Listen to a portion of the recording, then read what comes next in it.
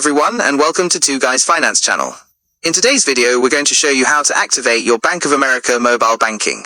This process is quick and easy, and it will allow you to manage your finances from anywhere.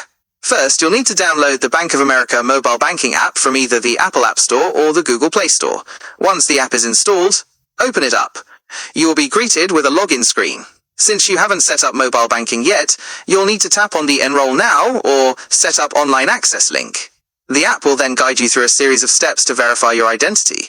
You'll need to provide some personal information, such as your social security number and your account number. You'll also be asked to create a user ID and a passcode.